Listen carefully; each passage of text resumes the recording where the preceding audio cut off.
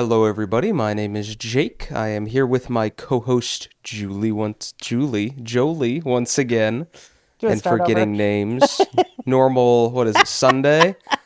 Mulligan, Mulligan. Mulligan, give me a new hand dealer. But we are back with Seriously, the business podcast where we talk about all things business, stories, lives, advice that me, an entrepreneur, or my much more experienced co-host of 35 years here, might have for up and coming new businesses or old businesses or anything in between. This week we figured to go light on the advice and switch to a different mode. We were going to talk about different HR stories. And while we do have an episode coming soon where we'll talk about horror stories in HR and we can have Jolie break them down and tell us her perspective, and we'll see where that goes. Oh, that's Today, we're scary. doing something a little simpler.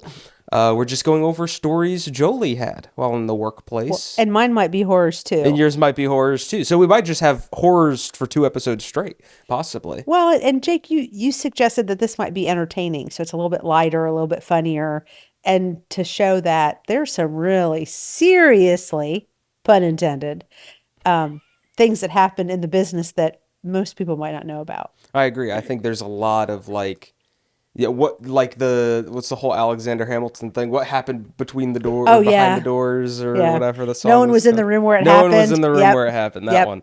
So things of that nature, and I think those are the stuff people want to hear about the No. most. Let's get into it. So you have five I stories, do. I you do. said. And so you may have to down select because I know you're trying to keep these to a particular timeline. So I will tell the story and not to make it all a monologue. I will wait and expect you to like comment on some things. Okay. And some of them I think are shocking. So I'm going to start with a couple of the more I think unusual because some of these I think might have themes regardless of where you are. But here's one in particular that I'll share. So I was working for a company that shall not be named, and we were doing a really major acquisition.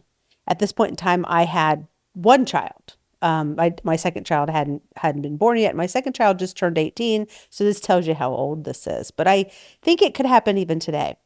So I was working in the Midwest, and we were acquiring a company that was headquartered about an hour and a half by air flight away.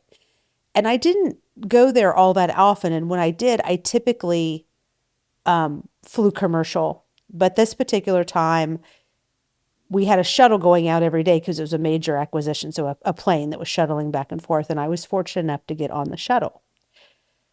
I hadn't yet learned that that meant I probably wouldn't get out on the shuttle Mm-hmm. because I wasn't high enough ranking. And Okay. so people would go in and it ran twice a day, there and back 2 times a day.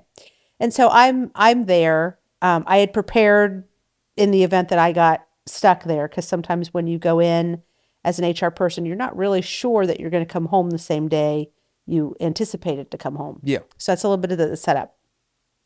I got stuck there. I couldn't get out on the last flight, which was like a 5 o'clock flight or something.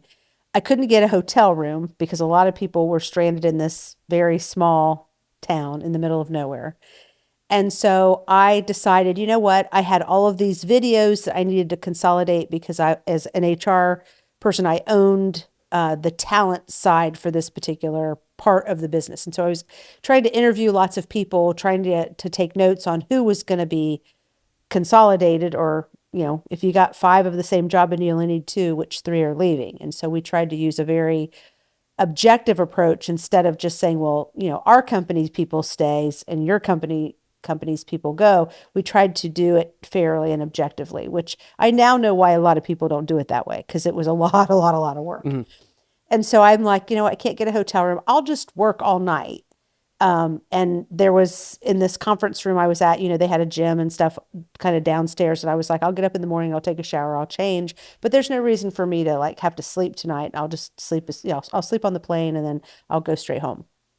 And so I'm up in this very, very beautiful meeting room. It had huge arched windows. I mean, like 2 stories high. It was this very beautiful building.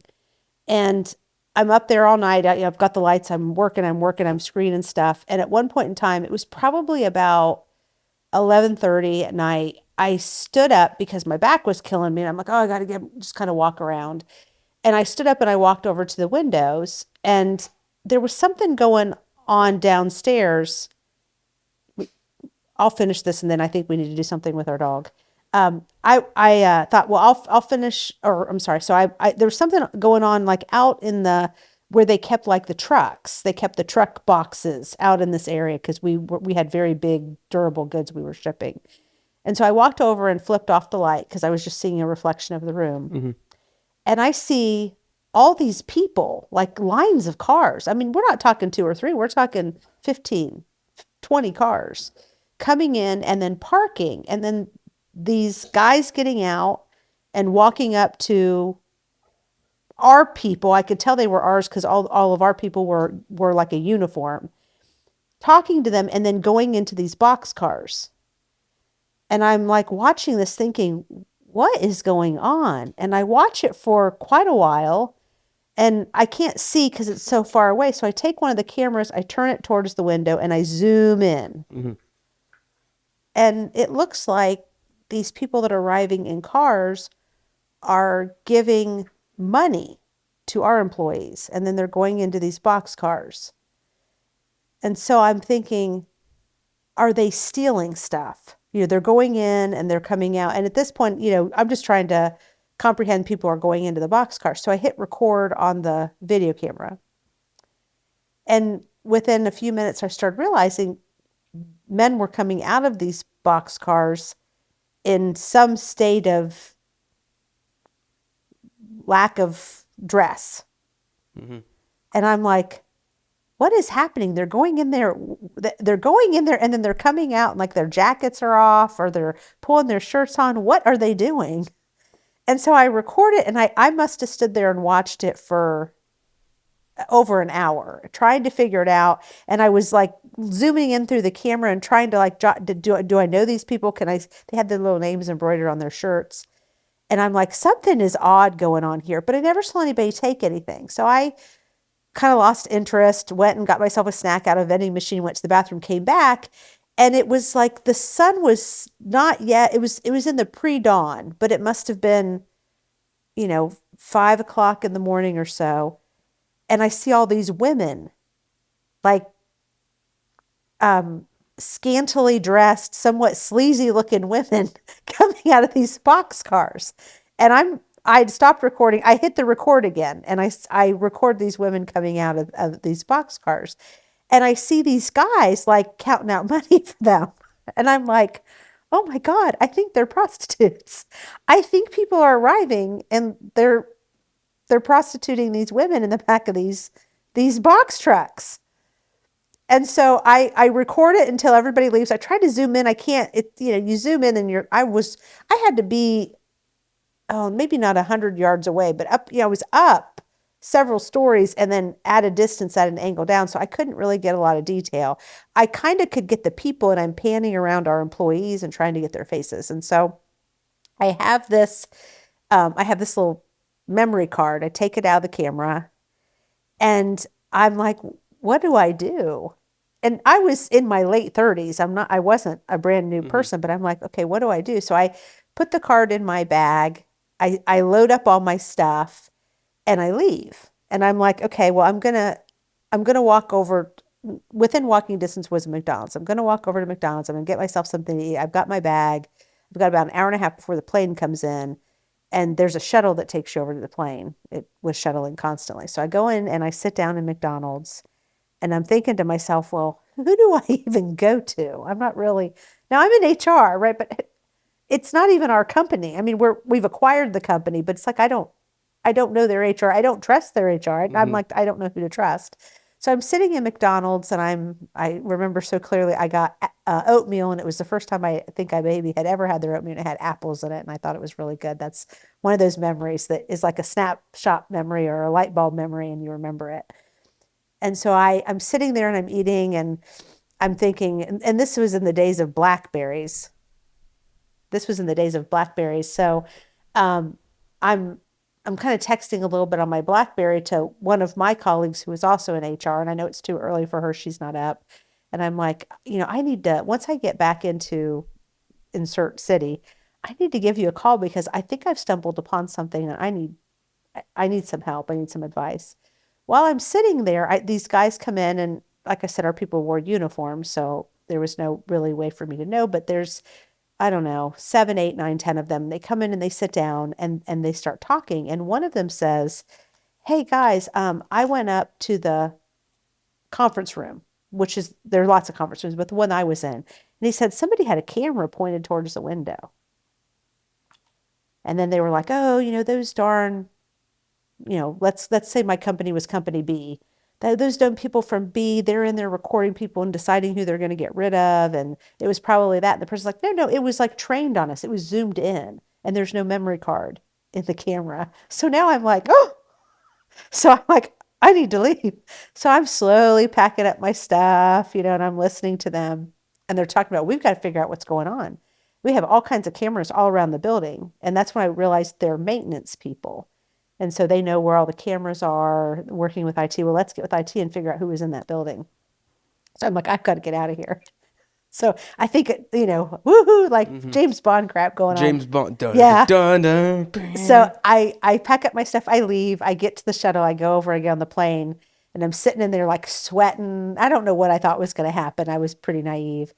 Um, but we leave and we get back to where I live and work, and I go in and I actually go into the guy who was my boss, Hmm. but I was kind of working full time on this acquisition, so I really wasn't spending that much time with him. And his name was Ted. Let's say his name was Ted. And I went in and I said, "Ted," I said, "I have something." And this was like on a Friday morning. I said, "I have something.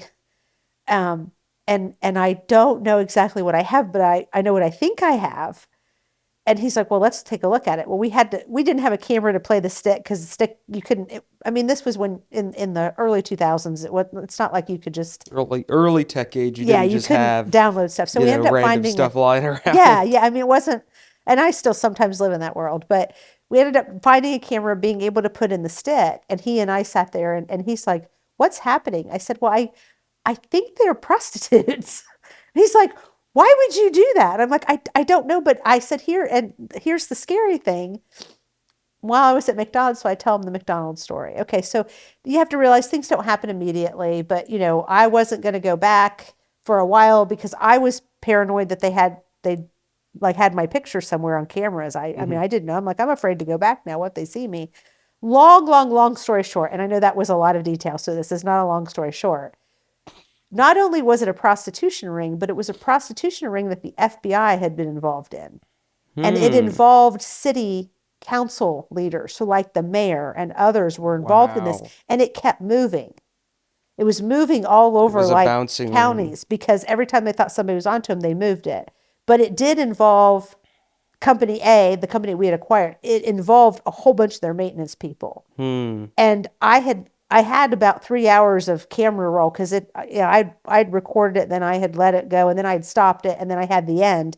They actually got like the city planner, the mayor, and all these people that, of course, weren't associated with our company, and many were not associated with the company A that we bought. But it was like this racketeering type of thing and prostitution thing going on, and so we ended up having to produce that. He knew what to do. Now, all these years later, I would know what to do, but at the time, I didn't know what to do. So you're Um, telling me in a random FBI document they just have yeah, probably. your name written down, I don't know if they have my recorded all name, but this yeah, I had information. to give. I went through grilling on interviews, and I had to provide affidavits. I never actually had to testify or anything, Hmm. but it was like this big, huge deal. And this is a lot of times what happens in these HR stories. You're just in the either the wrong place at the wrong time or the right place at the right time, depending on how you look at it. But that was, I mean, who would have thought that at a factory making, let's say, toasters, there is a prostitution ring, and apparently it was associated with all this other corrupt stuff. But that was one of my wildest. Well, and that's what's so funny is I'm sure people are listening in and they're just people are just like, I'm sorry, FBI I prostitution know. ring. Like, I mean, here's the thing, right? I think there's a lot of things where even if you don't realize it, there's so many things in business where you're just in a position and you have almost secondhand knowledge of stuff going on. Yes. You know what I mean? And I feel like that's something like I even think of back at this is not directly related, but when I was still doing education, right?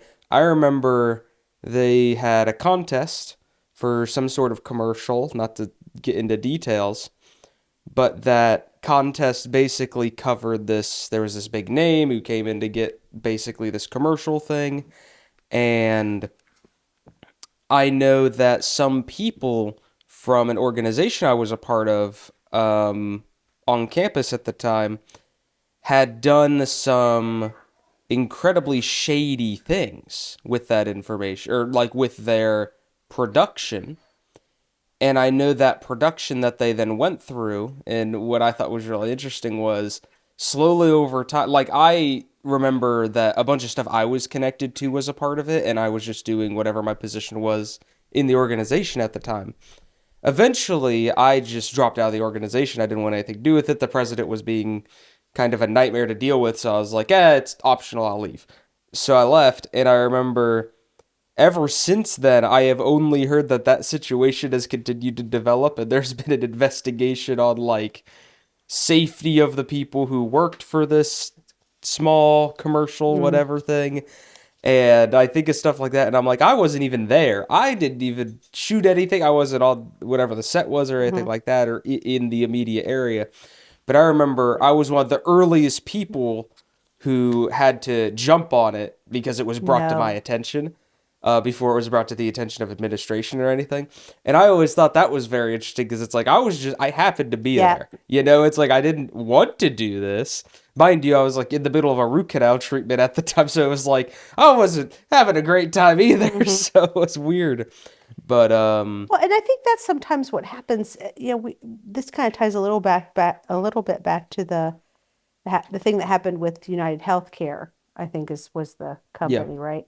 Sometimes from the outside looking in, you think somebody has knowledge that they don't have, or they don't know they have.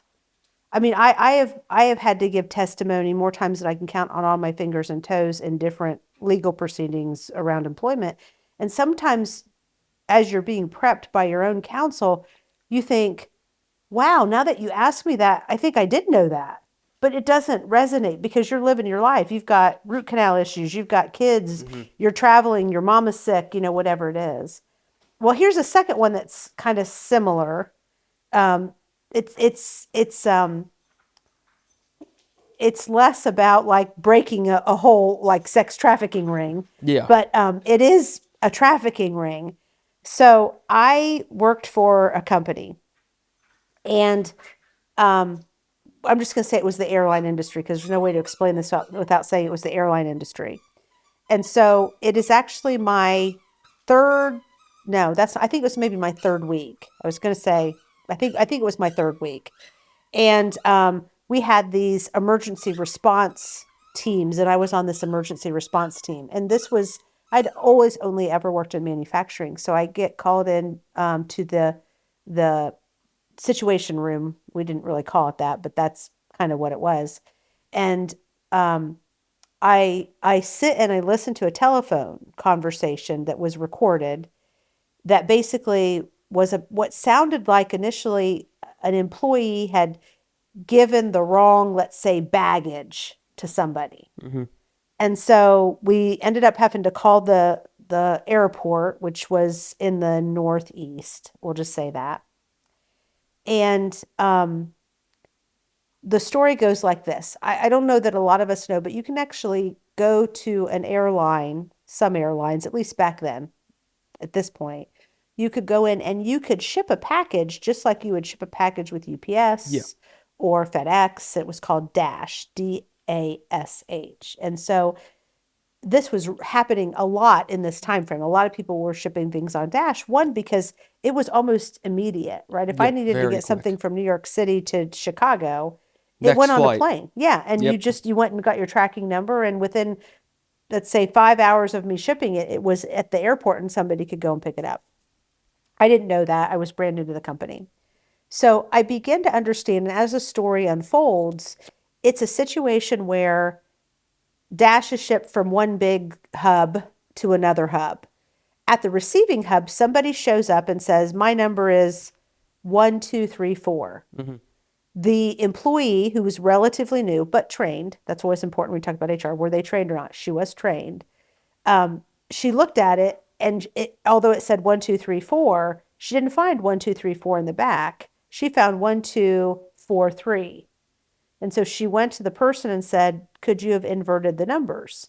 Because at that, shocking as this may be, at that point in time, you didn't have to have the right paperwork. You could just give Yeah, the yeah, tracking yeah. number and pick it up, because the tracking number is supposed to be unique and original. And so the guy goes, yeah, yeah, yeah, yeah, yeah. So she gives him that package and he leaves. And now this person who was looking for 1234 has showed up and said, I'm looking for package 1234. Or And one, she, two, four, three. You mean? no, one, yeah, yeah, yeah, yeah. I'm sorry, you're right.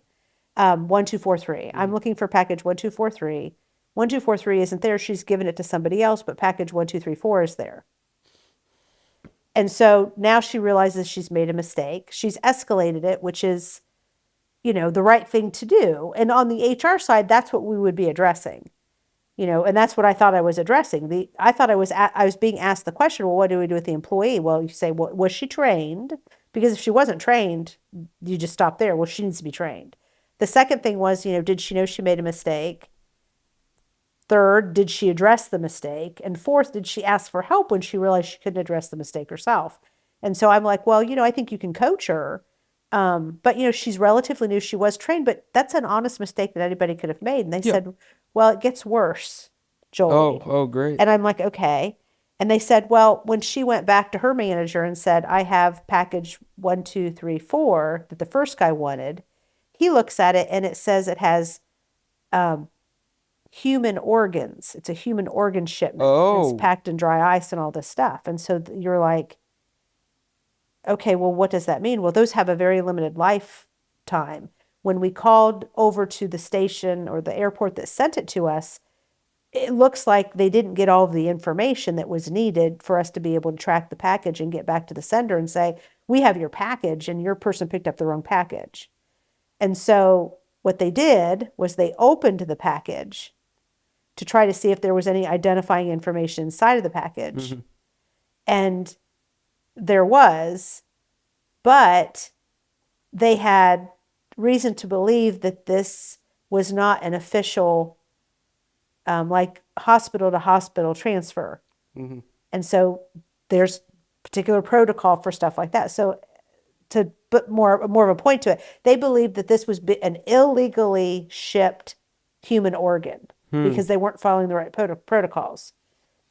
And you go, okay, but you can't figure out what's in it. And I said, okay, well, I said at this point, if that's because, and then they turned to me, who's been there 3 weeks. What do we do? I don't know, but why don't you open it up and see, because if it's illegal, it's illegal. And at this point, we've already opened the box. So there's stuff inside of stuff. So they take out what we thought was dry ice packing and they cut through it, and mustard packets, like ketchup and mustard, little mustard packets fly out of the box. And when this happens, all the people around the table with me in this room look at me like, ha ha.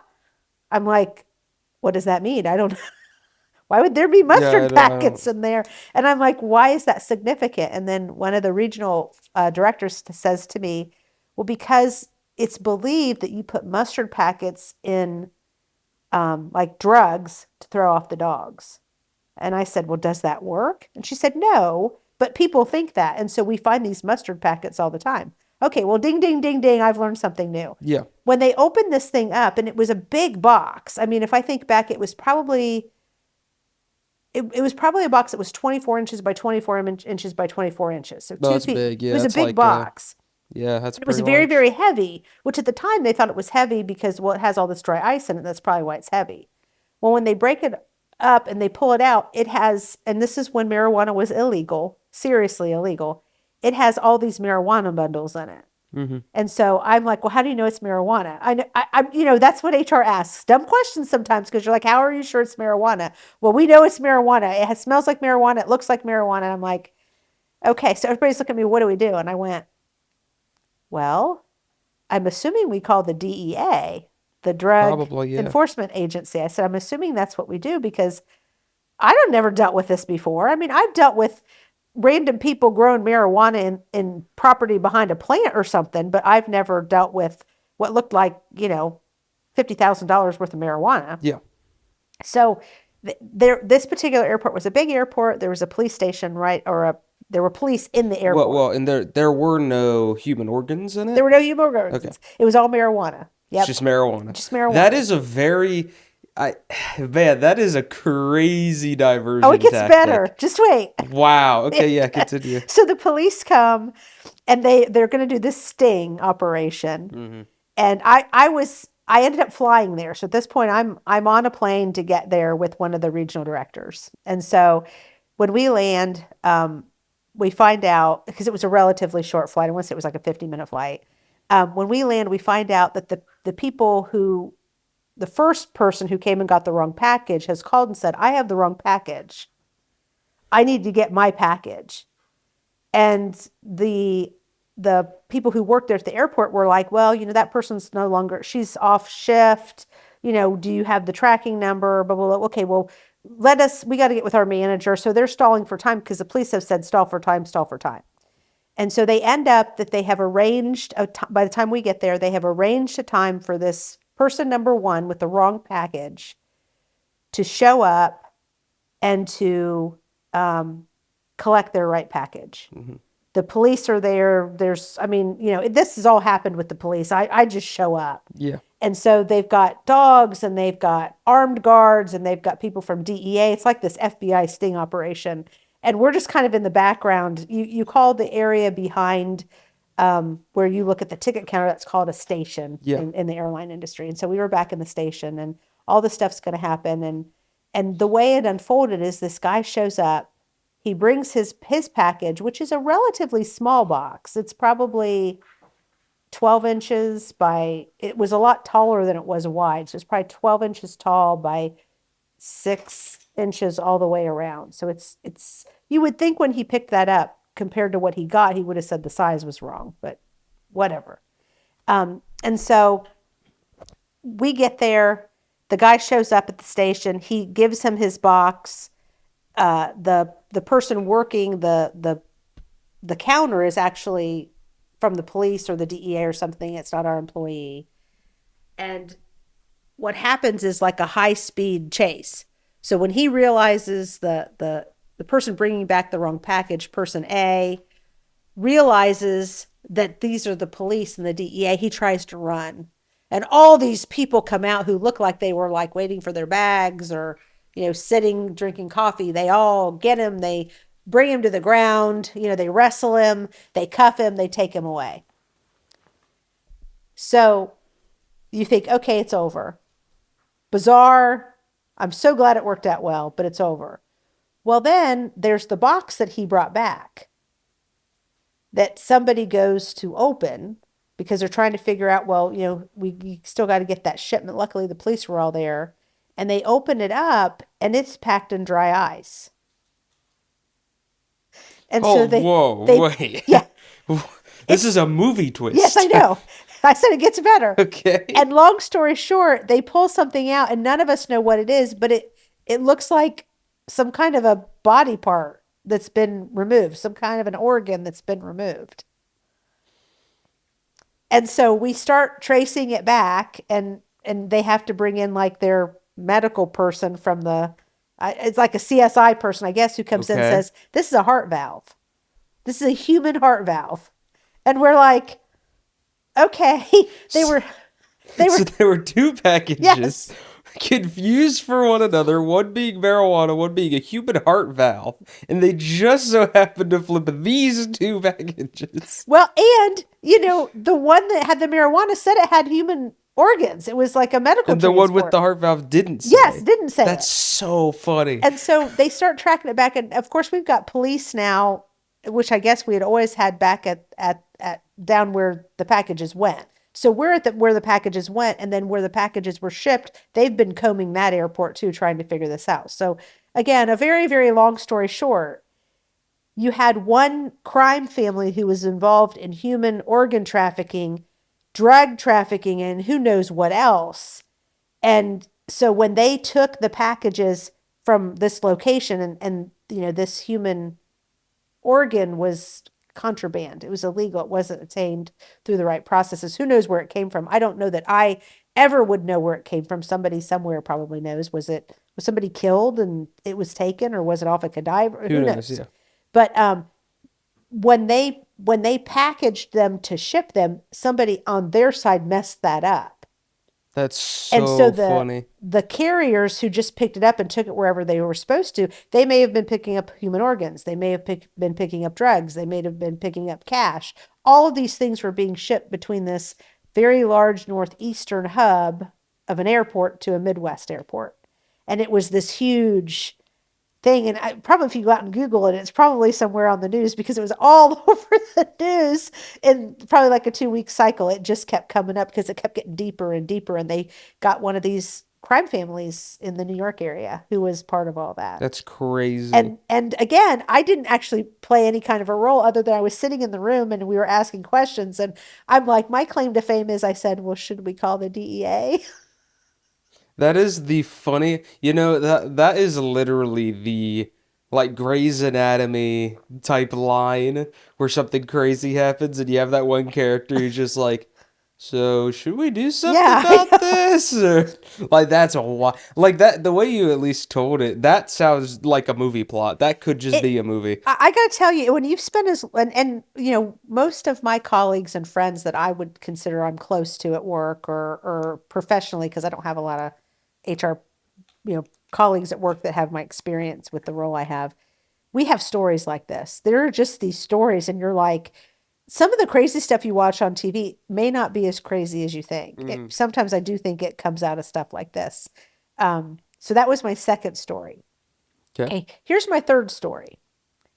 Working for a Midwestern company, I tended to be a fixer, so I got deployed to go to companies that we owned that were off track or needed something. And this might sound familiar to you because you actually made a game off of a loose interpretation of this. You and Oh, I oh, sat down okay. and part of your business you Yes, do I recall games. such a You do thing. hostings. And so this one is really strange. It's not there's not a lot of illegal act well, Well, there's illegal there's activity, illegal but it's a activity, little more but it's not drugs or human trafficking. palatable. So I'm at this business. I had probably been there 10 months, maybe a year. And we had a general counsel. And the general counsel and I really didn't get along. And we didn't get along probably because the very first time we had an opportunity to like interact, he wanted to hire somebody and I didn't think they were a good hire. Hmm. And so I gave him that feedback and he got really upset because he felt like I should have supported him. And I said, I'm sorry that if you don't want my opinion, don't ask me to be part of your interview panel. But I don't think that this person is a good hire. There's just, here are all the quantifiable things I can give you. And I get a bad vibe. This person gives me a really bad vibe, which in HR, sometimes we get bad vibes because you're recognizing something, but you can't articulate what you're recognizing. Hmm. Now, there were significant things that, her stories on her timeline and her resume, there was something off there. There's no doubt about it. And she got a little defensive when HR will ask questions like, okay, well, what did you learn from that? Or what would you do differently? There was nothing she could ever learn from anybody because she was smarter than everybody. And she'd never do anything differently because if something went wrong, it was somebody else's fault. Of course, And so yes. as HR, that's like a ding, The ding, ding, very ding, ding. Oh egotistical. yeah. There was something. Yeah. And later I figured out why my spider senses were like, ding, ding, ding, ding, stay away from her. Well, he ended up hiring her anyway at a lower level. And so that would have been, again, in my first couple of weeks. So this is 10 months, a year later. And our relationship never really recovered from that. He just held such a grudge against me. And he comes into my office one day, and usually he came in to throw a fit about something, but he came in one day and he's kind of manic. He's wandering around. This particular office had quite a bit of area for my table where you'd sit and talk to people. He's wandering around very manically, and I can't quite follow him. And I said, let's call him Joe. And I said, Joe, you seem really upset or distressed about something. What's going on? And he says to me, hey, everything I tell you, is it confidential? Well, that's a ding, ding, ding for any HR That's person. pretty well, okay, and I think we've talked about this in the past. Nothing you say to HR is confidential if it's like illegal or Yeah, there's bad three or things. Is it illegal, immoral, or unethical? hmm And I always say that because I get asked that question a lot. Everything I tell you is because people confidential. think HR is like a psychologist. I It's think not. so. That's not how that works. It's just not how that works. No, and we have an obligation. If you tell us that somebody's doing something illegal, we have to do something about it. If you're being harassed, if you've been asked to falsify documentation, I mean, those are things we have to, our job is to look into that because we're the first line of defense for the company and we have to be an advocate for the employees. So if you're being abused or mistreated Yeah. or being told to do something, we have to look into it. So anyway, I did my standard and I say, well, if it's illegal, unethical, or immoral, I have a duty to act on it. And he goes, oh, that makes sense. Never mind. And he leaves. And I was like, that's not good Okay. when your general counsel asks you that and then he just leaves. And so I had brought in some of my team, and without saying, I think Joe, something's going on with Joe, I said, yeah, I start asking questions. Is there anything odd going on? Have you heard anybody, has anybody come up and complained, or have there been any investigations that you've done that I might not be aware of? And literally, it's almost as if the little word cloud is still hanging in the air, right? This is over a couple of days, no more than a week. I end up getting a call from him. They're out, my minions are out trying to figure out if there's something going on. I get a call from Joe on my company phone, and he goes, I'm coming right into the office and I need to talk to you about something really significant, and I want my boss there. Now, his boss was a higher general counsel hmm back at the mother company. And so I said, okay. I said, well, when will you be here? And he says, I'm on my way 10 minutes. So I get on the phone and find his boss, and let's say her name is Sally. So we've got Joe and Sally. And I said, hey, Sally, I said, Joe is coming in. He said he wants you on the phone when we talk. And by the way, this happened a few days ago. And she's like, well, why didn't you say anything? I said, I'm still trying to figure out what does it mean. I'm having my people go out. I said, and so far I don't know anything. So he comes in. I won't go through all the details. She's on the phone and he has a breakdown. I mean, he literally curls up almost in the fetal position in this chair across from my desk. I had two chairs. And as not to be rude, I didn't want to sit and take notes, but HR, when you've been around as long as I am, it's almost as if you can turn on a tape recorder in your brain and you mm turn on this tape Didn't recorder remember. Yeah. and you're trying to remember every detail. So he proceeds to tell the story about this woman that he hired that I told him not to hire. hmm And the story goes like this. She was looking for personal develop or career development and went to him, and he had started her reading like professional books. So how full is your bucket? Highly effective people, things like that. Well, then she wanted to introduce a book, and she introduced the Russian novel Lolita. Do you know that book? I think I've read a little It's bit of translation. Yeah, it's a very sensual book. Yes. Nothing at all to do with business. Nothing to do with And business. so that's where it started, and they started reviewing this book. And the whole time I'm thinking, when she brought you this book, why did you say, sure, we'll read this book and discuss? I mean, that's kind of crazy. But she was, what's the word they use? Conditioning?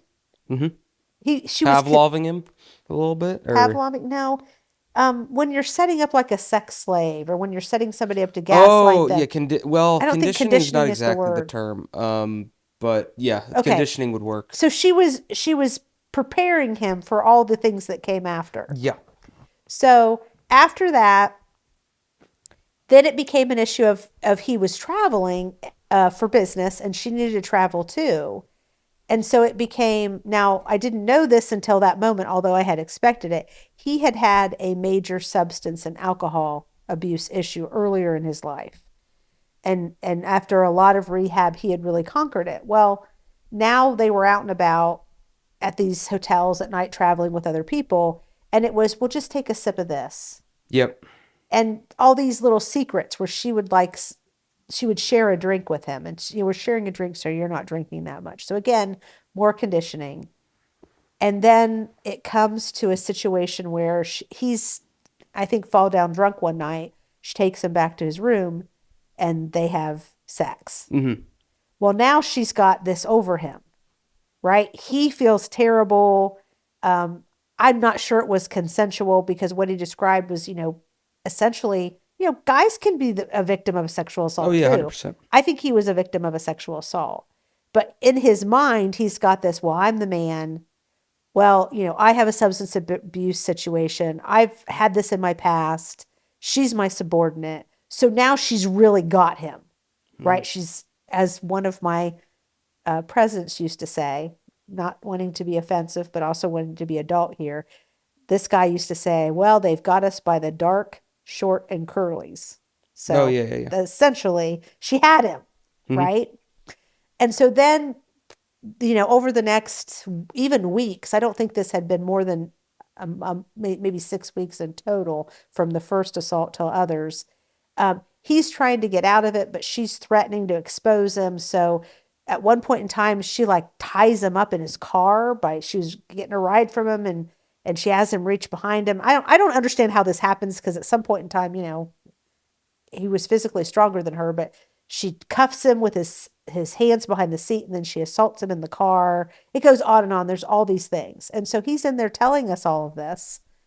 And I'm like, okay. And of course the Sally on the phone is saying nothing. And so when he's done, and it was probably a good 45 minutes, and Yeah. he's sobbing, he's inconsolable.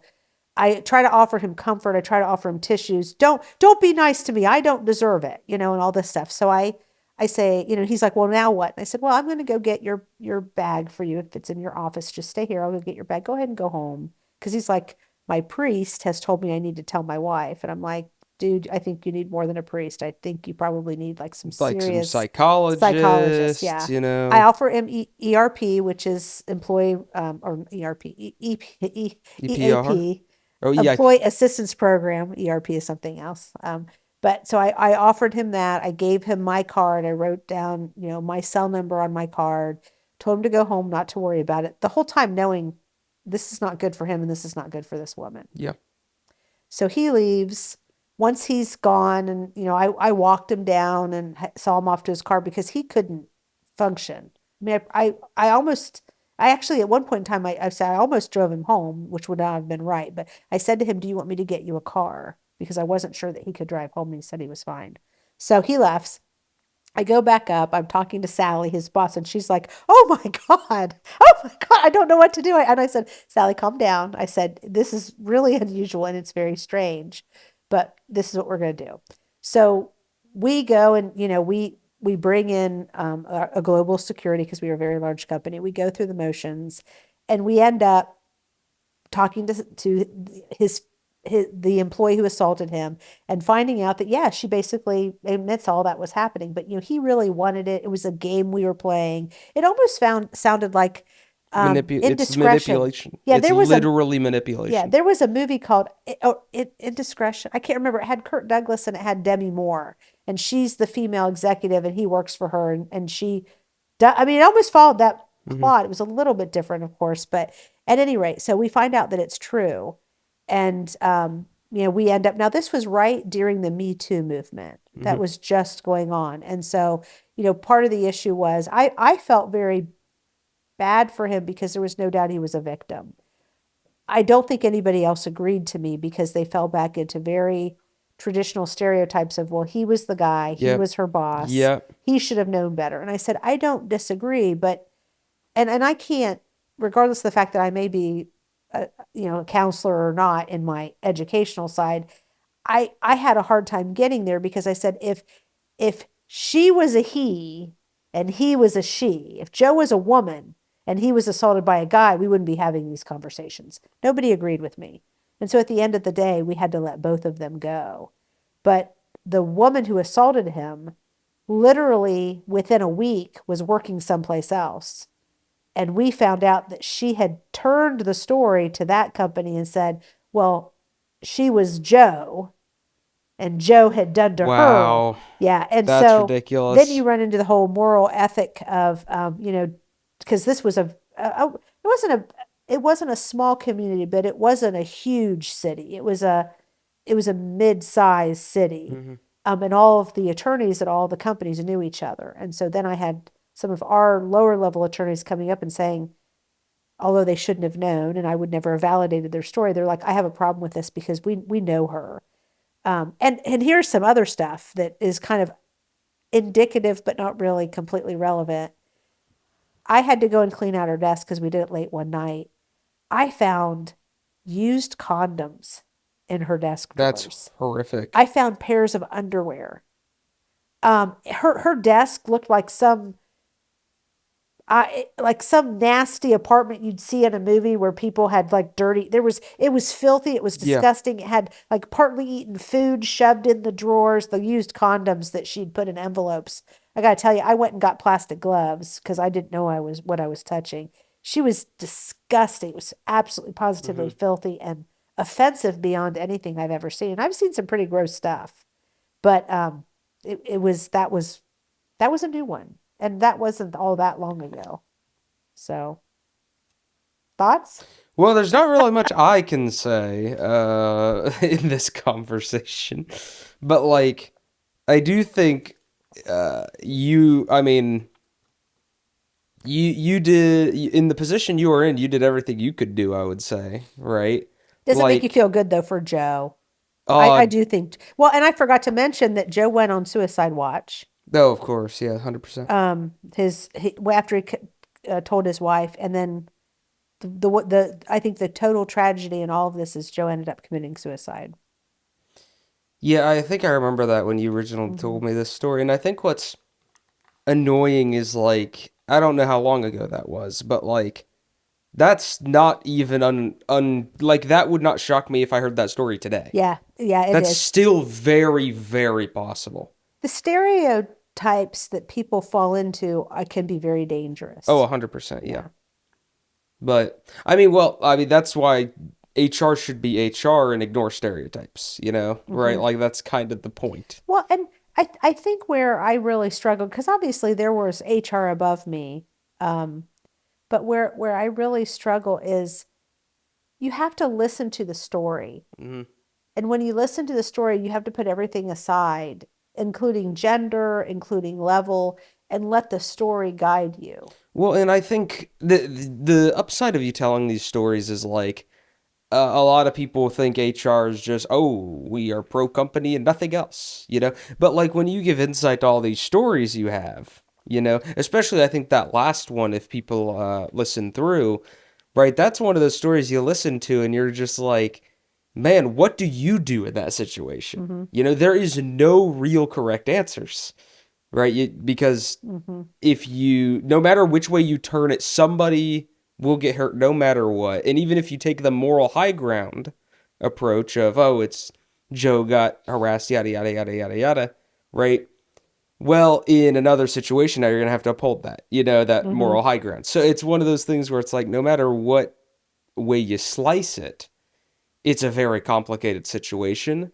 And I It think is. having you tell those stories, and next episode, I'll go over some stories and see your perspective on them.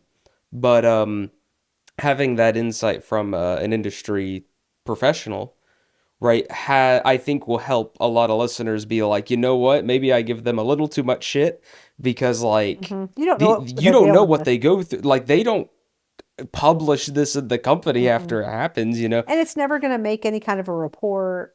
No. And the thing is too, like I thought about Joe a lot, even in the moment. And I was asked the question by my boss's boss, which was at the very top of the company. Well, what could he have done?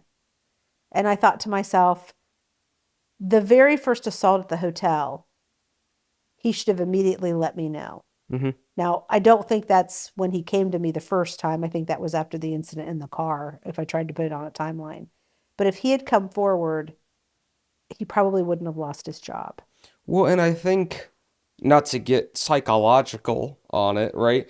But it's situations like that that are so difficult because of how society stereotypes Hmm. different biological sexes, aka Hmm. or genders, however you wish to define it. But because you it's told me that it's like not a gender. it's not. Yeah. That's why I said however you wish to Yeah, define fair, it. fair. But yeah, like in that situation, it's like Joe probably that like as you talked about in that conversation, right?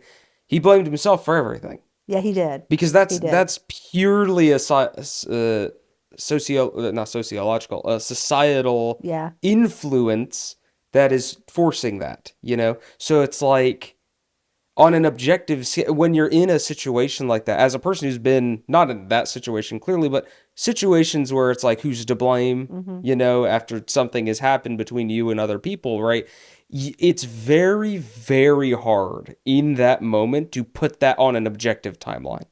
You Mm-hmm. need a third party to do it because there's no way for you to be able to sit aside and do that even if you're like the most Yeah. logical person because you're going to be too overwhelmed, Well, you know. and here's one of the things too. I mean, it typically when you have any kind of a harassment situation, the person who is in the position of authority is going to be dealt with more harshly Hmm. than the employee. Hmm. And so harassment usually goes from the position of authority down, but I've seen it many times where it's gone down up. Hmm. Um, and it's HR can be your friend, but you've got to go to the right level. Probably, I mean, you got to go pretty high in HR. Those the generalists that are there processing Yeah, don't go to transactions and generalists. You gotta, if looking you at, have something this bad, take it to the yes, highest you can get to. whoever your highest person is, and have that conversation. It's hard to make yourself vulnerable, and I felt for him as much as I didn't like him as a person, which I didn't lead even leading up to that. I was like, he's just he had issues. But then once I understood that he'd had this drug and alcohol issue, and there were all these other symptoms that really should have, if I had had any idea, I would have said he's using and he's drinking. Hmm. But I didn't because I didn't know he had an issue, and I never saw him drink. Um, but yeah, it's unfortunate that that one ended because it wasn't just. I mean, he gave her so much power over him. Yep. He didn't address it, and then ultimately that all of that meant nothing in the bigger scheme of things. He had three young children, a wife. I Hmm. mean, there's no longer a husband, there's no longer children. Is that where you are no longer a father? Father. There's no longer a husband, there's no longer a father. Is that what you want to have happen? Exactly. It just what happened was not it wasn't a significant story in his timeline to end the way it ended. Well, when we talk about this in just a short podcast form, right? But like, I'm sure you yourself, but there are certainly other people like the Sally you mentioned who probably think about that story every once in a while for the Hmm. rest of Oh their yeah, lives. I think about it, and I'm sure Sally does too. Which would have been his boss, Hmm. right? And then the girl, I'm sure the girl does. I would like to think that I'm sure she knew what when he died. I would like to think that she had some accountability for it, but I will tell you, flash forward years, this had been a pattern of behavior for her. Hmm. She had done it before us. She did it with us, and she did it in the two employers she worked with after us. And I don't know what ultimately happened to her, but I ended up having to give depositions and some lawsuits around that one. I had to provide a Interesting. deposition and get it authorized and all that. She was a bad person, and she was a cute little thing. Hmm. I mean, I actually, when he was so passionate about hiring her, I thought he's not looking at her skills. She's sweet, she's manipulative, Yep. and he thinks, oh, I can help her, I can grow her because she just played into his protective instincts. And then that's where you end up. Okay, so I'm not sure how much time we had left, but I had one more. We are already way over time. Okay, We could save that for a future episode though, okay, and then we'll come back to it. But we got three stories. two. Two, Oh, three. three. I Yeah, we did got three. three. Yeah, yeah, yeah. So we got three stories. Next episode we're gonna do the flip. I'm gonna bring stories to you of some horror stories in HR, mismanaged or otherwise, and having your insight of what would you have done, assuming the stories are 100% accurate. Yeah, And yeah. but thank you all for coming this week. We will see you all next week for that follow up. Thank you all for coming, and goodbye. Thanks. Bye. Bye bye. All right. This didn't die. That's pretty good. That's awesome. Yeah.